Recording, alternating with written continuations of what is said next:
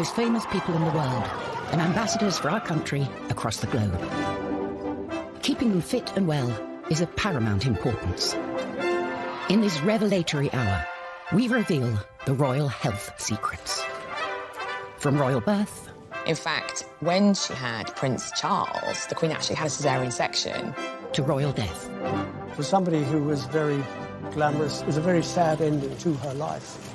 From the secrets of Diana's bizarre health regime... She loved cupping. We used to do cupping on her at least once a week. ...to the Queen's life-saving emergency kit. There was always a Royal Navy surgeon travelling with them, as well as the matching blood. And the outrageous fertility bed of King George IV. And while you were using it, the bed started jolting, so that the magnets and electricity had fused, giving this huge jolt of passion. No stone is left unturned as we reveal the royal health secrets. From cradle to grave.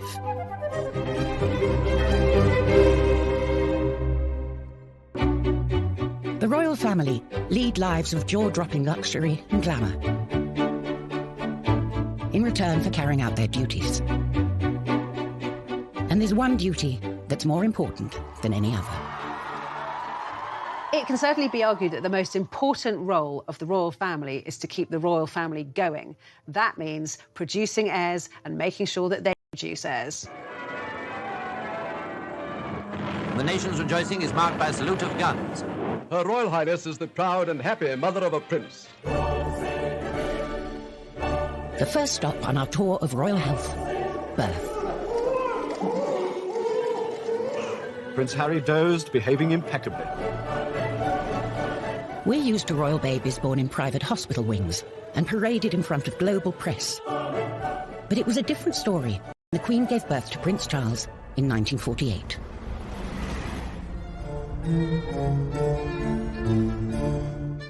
Back then, all royals opted for home or palace births.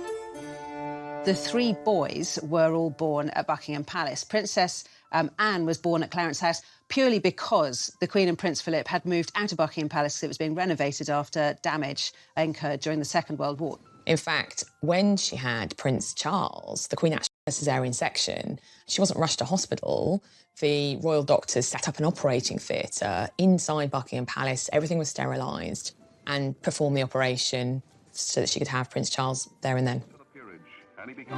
And if you thought her consort would have been there to support her, think again. Well, apparently Prince Philip was swimming and playing squash when Prince Charles was born, which, frankly, is about as useful as a man of his youngest child. By that time, it's thought that the Queen put a lot of pressure on him and said modern fathers and modern husbands are at their wives' bedside during the birth now, so you jolly well can be too. The head obstetrician was Sir John Peel, Ingrid Seawood's godfather. Only one secret about the delivery ever escaped his lips.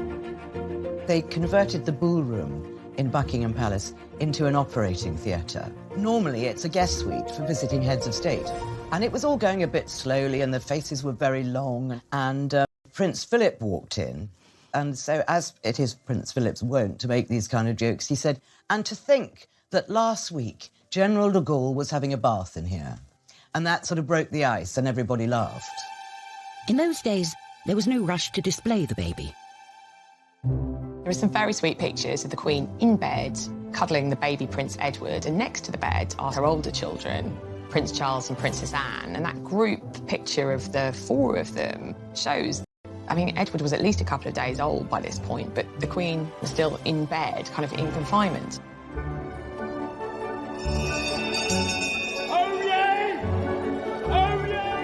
Things are very different today. Now, instead of presenting a baby to dignitaries, the royal couple shows him or her off to the general public just hours after birth.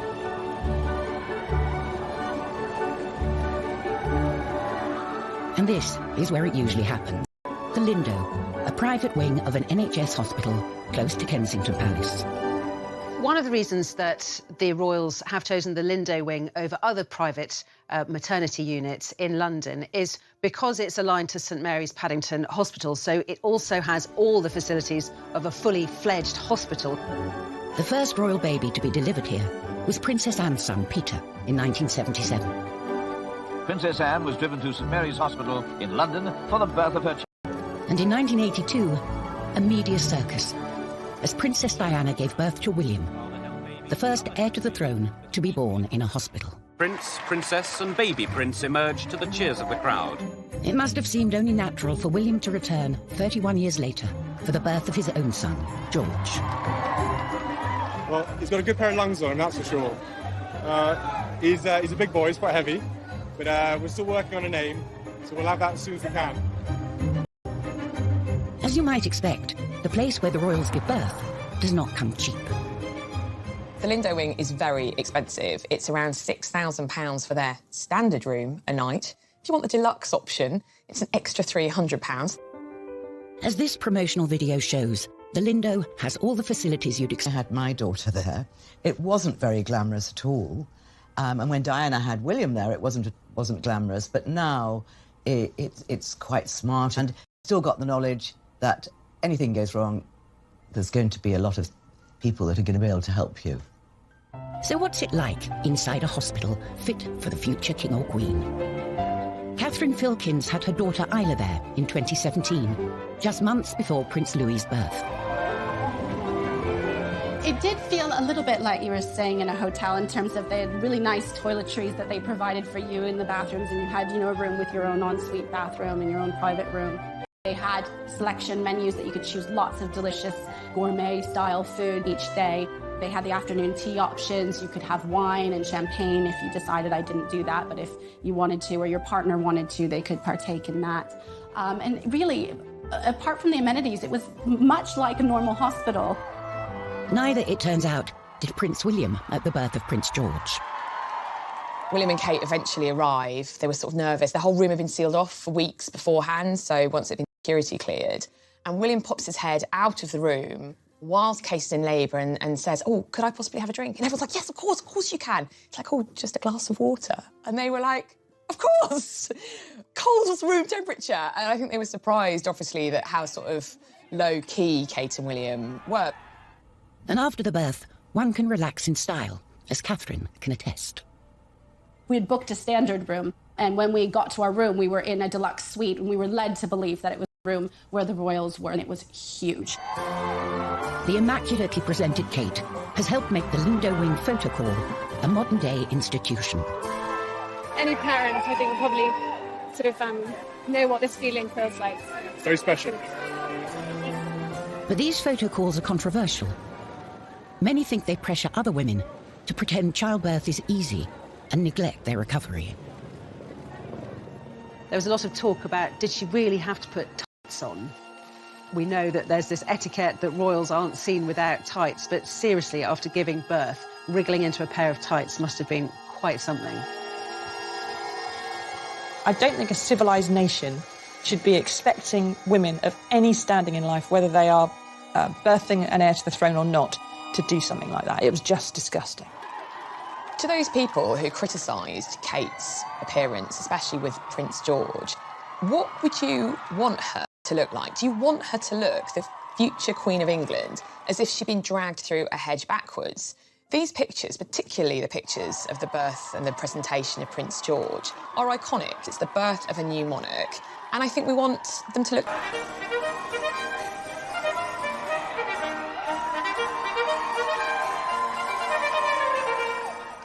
Coming up, the secrets of George IV's outrageous fertility bed. The bed started jolting so that the magnets and electricity had fused, giving this huge jolt of passion. And how the Queen's health is protected wherever she goes. There is always a Royal Navy surgeon travelling with them, as well as the matching blood.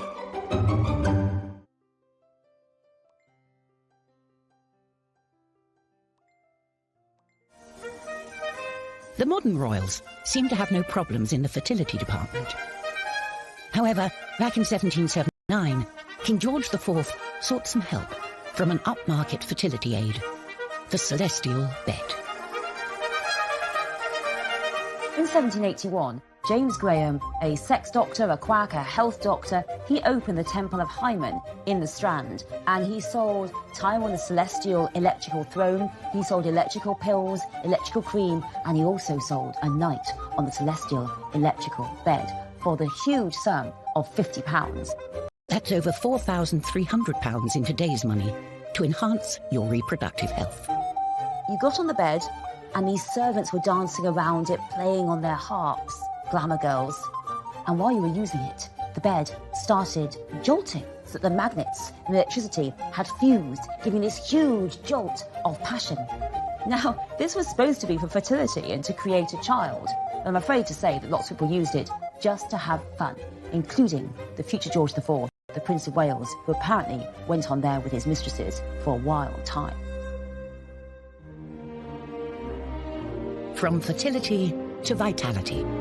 Far from the quack doctors behind George's celestial bed, the modern royals have constant medical attention of the highest quality, and doctors at their beck and call. The medical care that the Queen receives is different from ours. She has the best doctors in the land, and she doesn't just have one doctor. There'll be three who to consider her problems and come to an agreement about how best to treat it, whatever it might be. The royal doctors accompany the Queen wherever she goes. When the Queen travels, there is always a Royal Navy surgeon travelling with them, a defibrillator, as well as the matching blood. With some of the places they go to, there's never any guarantee that there is going to be the right blood, and they prefer to carry their own. But the Queen's constitution isn't just down to her doctors. Her active and outdoorsy lifestyle has played a part. Isn't the Queen amazing? 93, still incredibly as fit as a fiddle, and on her feet for hours. A fiery stallion. She rides these fell ponies who are very broad and very comfortable, a little bit armchair, because she injured her knee, and of course she says she's a fair weather rider now, but you can't blame her for that. Many of us without the Queen's willpower need a little help to get fit. That's where personal trainer Nadia Fairweather comes in. In 2009, Princess Beatrice called in Nadia to take a 360-degree look at her diet and exercise. Beatrice came to me because she had some unfortunate photos taken of her on the beach when she was a teenager, and they were quite unflattering, and they made her feel really badly about herself. I think the pressure on the princesses is really hard because they're in the public eye all of the time. You can never have an off day. The royal can face different barriers to staying fit than we do. Firstly, there's those huge banquets that Beatrice would have to attend. Our little trick was that she would eat before she left, so she had a full stomach before she arrived so that she wasn't eating everything on offer when she got there. Then there's the paparazzi and the public. Beatrice and I used to train really early in the morning to avoid people recognize her, and they would often interrupt our session. They'd get right in her face, not even ask, they'd just take a photograph of her. Someone who doesn't need help to motivate herself is the Duchess of Sussex. With Meghan, the royal family has gained a real fitness fanatic. We all know that Meghan, the Duchess of Sussex, is a yoga aficionado. Her mother is a yoga instructor, so she's been doing it all her life, and we know has even introduced Harry to the delights of yoga and has been getting him to do an early morning yoga session. She likes doing it in the dark with hip-hop blaring, maybe a few candles. Meanwhile, Meghan's husband, Prince Harry, is a member of the swanky Kicks gym in Chelsea. Kicks Gym, KX Chelsea, is so exclusive. It's £600 a month. Yes, it does have gym equipment in there, but it also has, you know, a restaurant, it has a spa. Prince Philip, on the other hand, has followed a more no-thrills approach. When he was first married to Princess Elizabeth, he used to put on sweaters and run around the garden until he got a real sweater. The Queen thought he was mad. His tailor says that he's never actually had to take out any of his clothes. He still fits into all the uniforms he's had his entire life, which for a man pushing 100 is extremely impressive. The answer for everyone should be keep fit and stay alive. The secret to Philip's success is the 5 Basic Exercises Programme, or 5BX, an 11-minute routine developed for the Royal Canadian Air Force. The advantage of the 5BX is that you don't need any equipment, it doesn't take up a lot of space or a lot of time. All the major muscles in the body have been used, so you see that it is balanced. For some royals, keeping fit and healthy isn't enough. They like to take matters into their own hands, using alternative therapies to treat themselves. The royal family for many, many generations have been fascinated by homeopathy, by alternative therapies, by the occult. Prince Charles is a passionate advocate of homeopathy, and in 2019, controversially, became patron of the Faculty of Homeopathy. He's absolutely devoted to it, and it's one of the weaknesses that people see in his critical thinking. Homeopathy is based on the principle that a substance that causes a symptom can also cure that symptom. Britain's most senior doctor, Dame Sally Davis, said she was perpetually surprised homeopathy was provided on the NHS and branded it as rubbish. In 2017, NHS England stated that no GP or prescriber should be providing it at all. However, the British Homeopathic Association maintains that a growing body of published research in good quality peer-reviewed journals shows that homeopathy has a positive effect.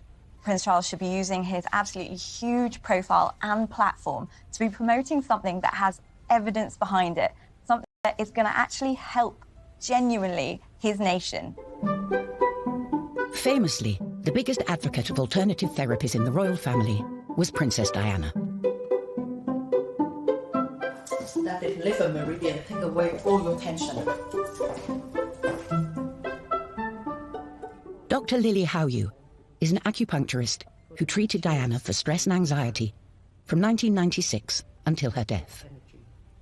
She come 1 week, at least about 6 months, and after that, you know, even after 1 month, and she kept telling me, she said, Dr. Lily, I never feel as good as now physically.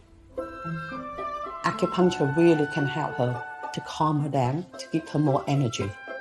And also, she said before, when she faced problem, she easily to break to tear and then lose her temper. And now she just face it.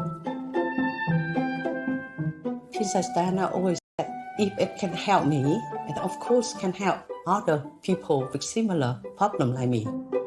But Princess Diana didn't stop at pins. In his Marylebone clinic, Nish Joshi is practicing an Eastern therapy called cupping.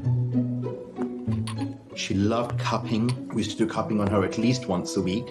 What you're trying to do is you're improving the flow of blood into a tissue by creating a vacuum to therefore allow detoxification of...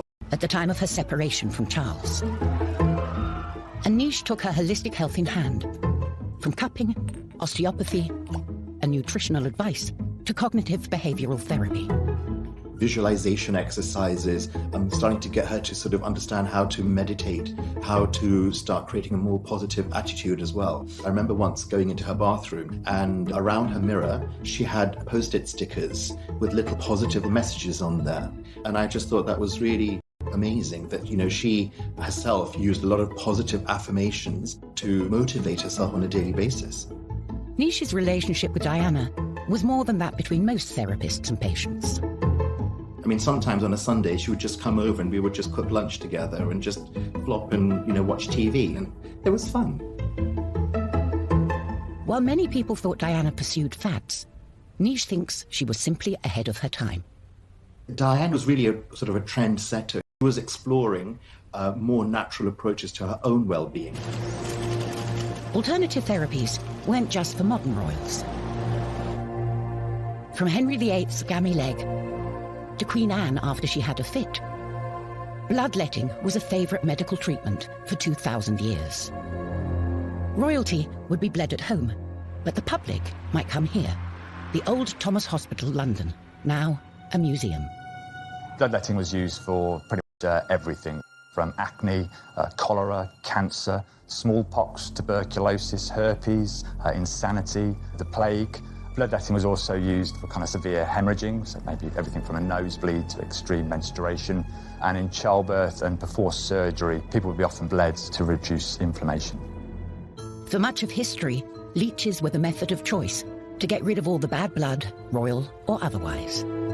This leech is a European medicinal leech. It has 3 jaws in a shape of a Y, and each jaw is about 125 teeth in each jaw. And it actually saws its way in as opposed to a very sharp bite. Carl picks a leech similar to ones which have been used for centuries on the likes of Henry VIII and George III.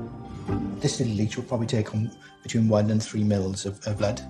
You can actually just feel the jaws working a little bit, and then when it drops off, the anticoagulant will carry on working for the 10 hours until it'll just slowly dripping blood. Carl is lucky the leech is just on his leg. Rumours abound of sexually transmitted infections running rife in royal circles. There's also a case of a gentleman coming into this hospital with gonorrhea. One of the consequences was that it caused one of his testicles, they don't say which one, to swell up to the size of a tennis ball. And it was the overall application of 120 leeches, not all at the same time, placed on that part of the body to reduce the swelling. Until recently, if a king or queen needed an operation, they didn't go to hospital. The hospital came to them. In the past, most wealthy people would have been treated in their homes. They would have given birth in their homes, they would have died in their homes, and the idea of going to a hospital was absolutely anathema because that's where the poor went. And instead, in this case, the doctors would come to them. And that was the case in 1951, when the Queen's father, George VI, underwent a serious operation. It took place in the ballroom of Buckingham Palace, the same place Elizabeth II would deliver 3 of her children. At the Association of Anaesthetists, they have the equipment used in this high-profile and risky operation. This is an ECG machine or electrocardiogram, and it's designed to monitor the heartbeat. It's the quickest way to see if your patient's doing okay or if they're in trouble. In the 1950s, very few hospitals would have had such sophisticated equipment, so the king really did get treated like a king. The king had lung cancer at the time. He was a very heavy smoker, and the operation was to remove one of his lungs, so it was a very serious operation. The assistant anaesthetist on the day was Dr. Cyril Skur. Many years later, he explained how public interest in his health affected George. The most touching thing was that when we went to put him to sleep in the morning, he had all the Sunday papers around him, and they all had grisly details of the operation that he was likely to have. He was very apprehensive of the operation. It must have made him feel a great deal worse. I think they should have kept those papers away from him. Having a pneumonectomy or having one of your lungs removed is a very big operation. It was performed successfully and the king did come around and survive afterwards, but unfortunately he did pass away within the year. The Queen's father was treated at home, but that is a thing of the past. Coming up, we reveal the secrets of the Royal Hospital. It's like a posh hotel, really, with kind of operating theatres. And the family medical secrets they kept hidden. His brother, the future Edward VIII, said he was more of an animal than anything else. He's the royal family's dirty little secret.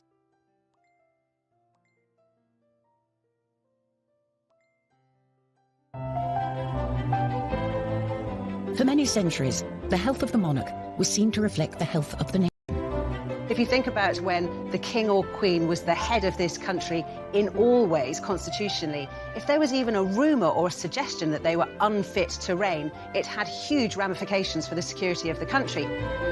Even today, if you're a royal and you catch a sniffle, expect everyone to be talking about it. Their bodies aren't really their own.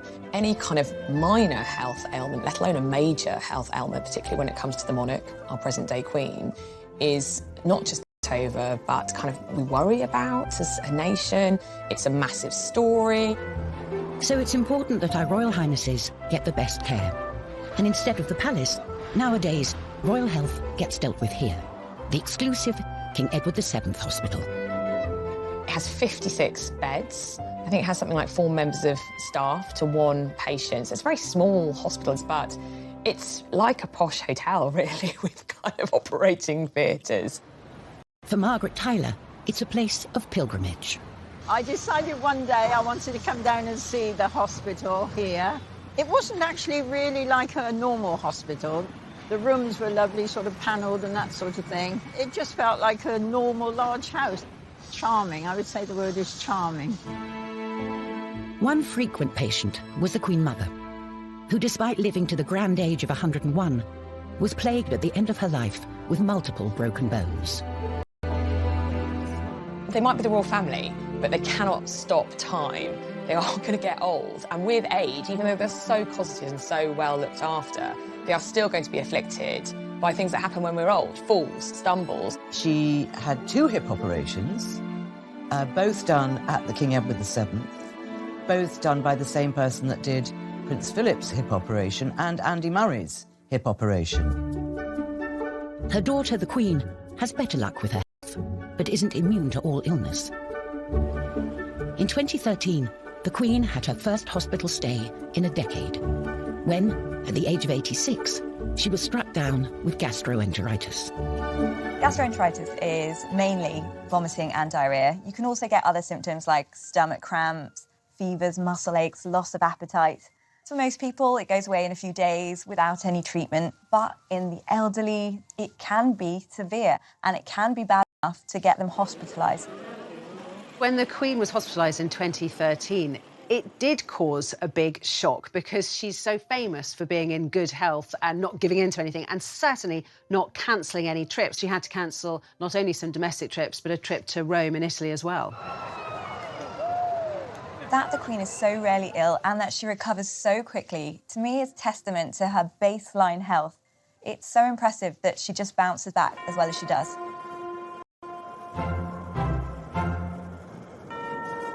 Prince Philip is another famously robust member of the royal family. But by the time he reached his 90s, even his health was beginning to fail. For about 4 hours in good old English drizzle in the middle of the River Thames, he was taken to hospital with a bladder infection. And it was widely believed that this is because he had spent 4 hours tying a knot in it and holding it in. It's not good for anybody, but especially not when you're 90. And while getting sick isn't often a matter of choice, dangerous hobbies sure are. The royal family's love of horse riding is well known, but it can come at a cost, as Princess Anne found in 1976. The first many people knew about the accident was when Captain Mark Phillips galloped off to his wife's side. The princess, unconscious, was covered over with blankets as officials anxiously summoned an ambulance. Princess Anne was taken to hospital, but got lucky escaping major injury. Later learnt that Princess Anne had cracked a vertebra. But her daughter, Zara Phillips, has not been so fortunate. She was also knocked unconscious after a fall in 2004 and broke her collarbone in 2008. Every year, unfortunately, people do die and have serious injuries as a result of horse riding, including paralysis. There are so many other sports that are much safer. Royals might as well be bungee jumping for all the safety procedures and that they follow and the risks that they run. Bungee jumping in a car park above concrete with a really rubbish elastic band. To correct her spine, Princess Eugenie underwent major back surgery. In 2018, she decided to break royal protocol with her wedding dress to send a dramatic message.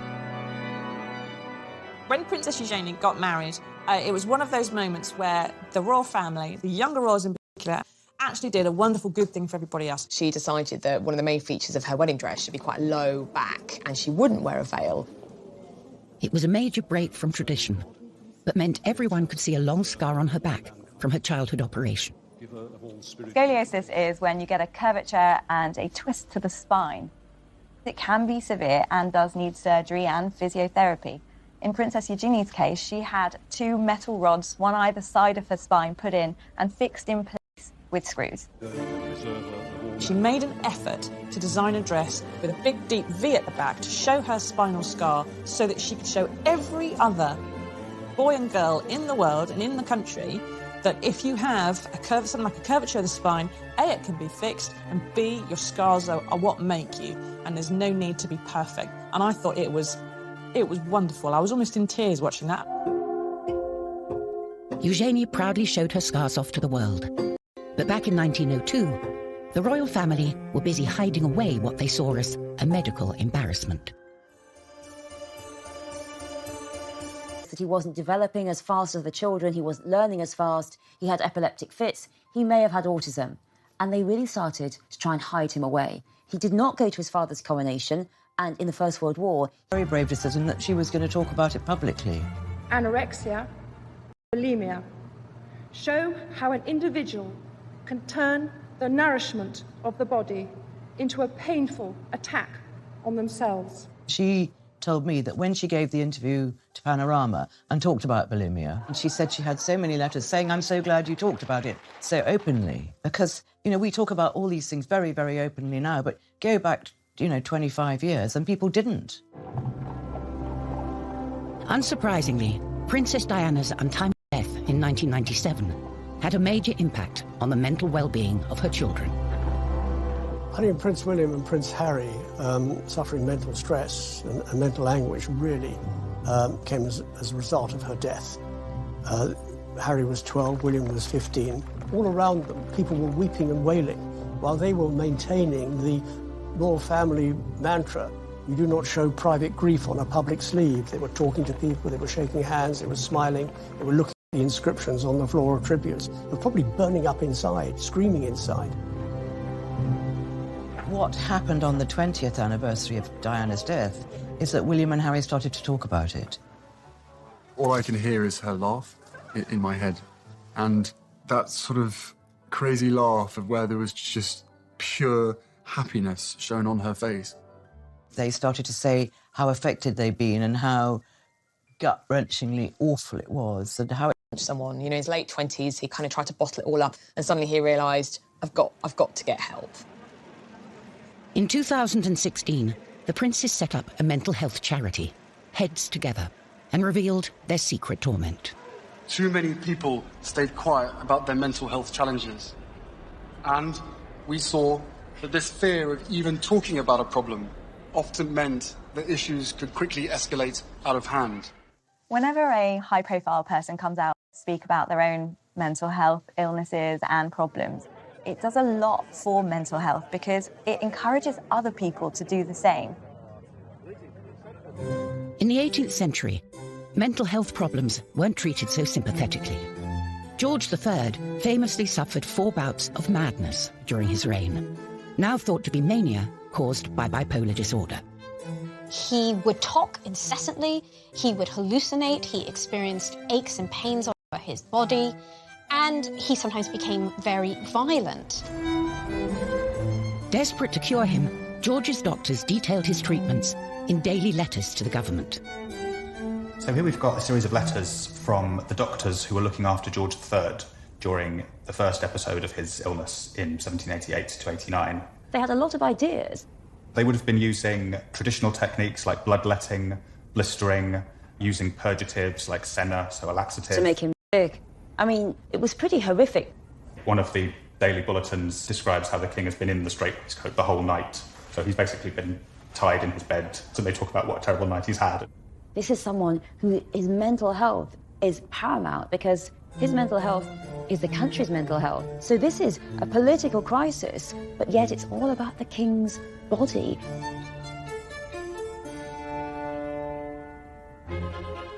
Another long-lived monarch who probably suffered from mental health issues was Queen Victoria. It's highly likely that Victoria was clinically depressed after the death of Albert.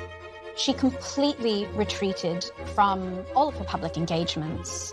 She dressed in black for the rest of her life. She also started to eat excessively. And again, this is one of the reasons why she soon became too ashamed to go into public, because she had put on an enormous amount of weight. Overindulgence wasn't only Victoria's problem, as her uncle also suffered for his appetite. George IV was a man of decadent tastes, and definitely didn't have an exercise regime. Historian Kate Williams has come to his pleasure palace, the Brighton Pavilion, to find the evidence. So, Martin, what have we got here? So these are...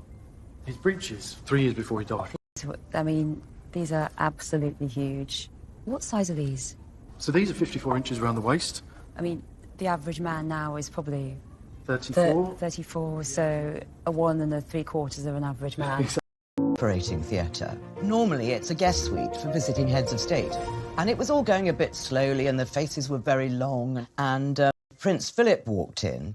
And so, as it is Prince Philip's wont to make these kind of jokes, he said, and to think that last week General de Gaulle was having a bath in here. And that sort of broke the ice and everybody laughed. In those days, there was no rush to display the baby.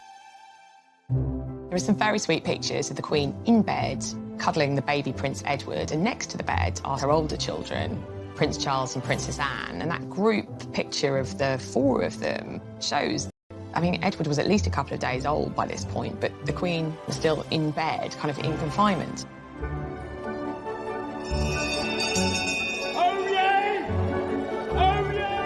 Things are very different today. Now, instead of presenting a baby to dignitaries, the royal couple shows him or her off to the general public just hours after birth.